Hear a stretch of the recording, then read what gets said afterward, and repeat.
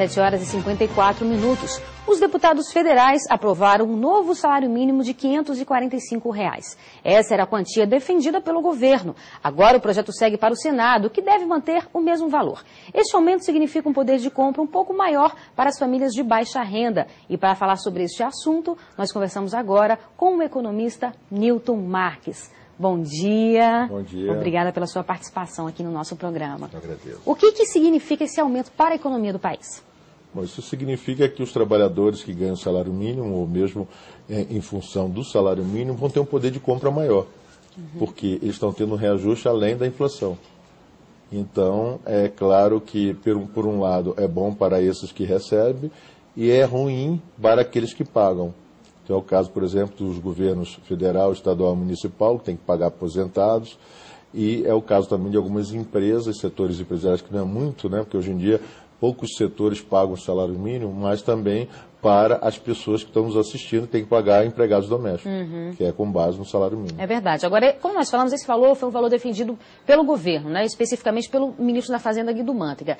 E ele questionou aí que um aumento maior poderia, sim, prejudicar a economia do país, inclusive com a retomada da inflação. Essa justificativa realmente é fato? É fato. Apesar de que muitas pessoas não gostam de que nós, economistas, falemos sobre esse tipo de assunto, mas todas as vezes que você dá um poder de compra para os assalariados, é claro que eles começam a consumir muito mais do que a economia pode comportar. E, por outro lado, também, aqueles que pagam o salário mínimo tendem a também repassar para o preço final. Então, isso acaba alimentando uma ciranda inflacionária. E, além do mais, tem a questão do governo. O governo gasta demais com os aposentados. Aí as pessoas poderiam dizer, mas eles não têm direito?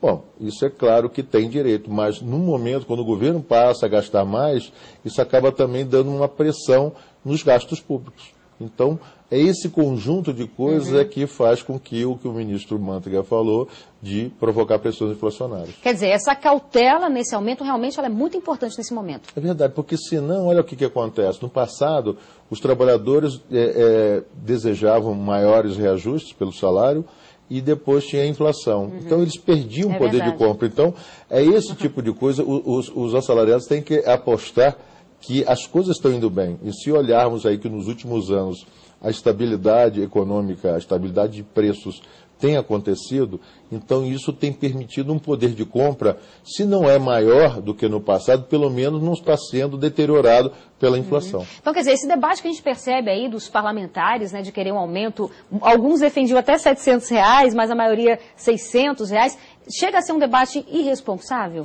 É demagógico. Por quê? Porque nós, economistas, sabemos que quando os salários têm reajuste, além do aumento da produtividade, ou seja, do produto por cada pessoa, isso provoca pressões inflacionárias. Não é só aqui no Brasil, em qualquer lugar. Então não é uma coisa que às vezes eles cobram dos economistas como se nós fôssemos, né, tivemos um saco de maldade, né? Mas acontece que essa é a realidade. Sim. Então não adianta você fugir dessa realidade. Então, os políticos que estavam sugerindo salários, né, elevados, eu acho que até o salário mínimo ia ter um nível muito mais elevado, mas nenhuma economia comporta um reajuste de uma vez. Por isso é que foi aprovada uma lei para permitir diluir o quê? Os ganhos reais ao longo de um determinado período, para deixar com que a economia se adapte.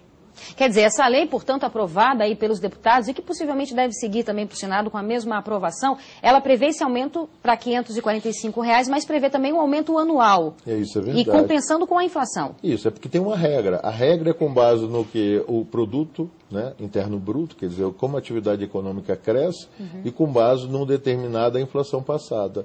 Então, quer dizer, se incorpora esse ganho do produto, isso é que a gente pode denominar de produtividade.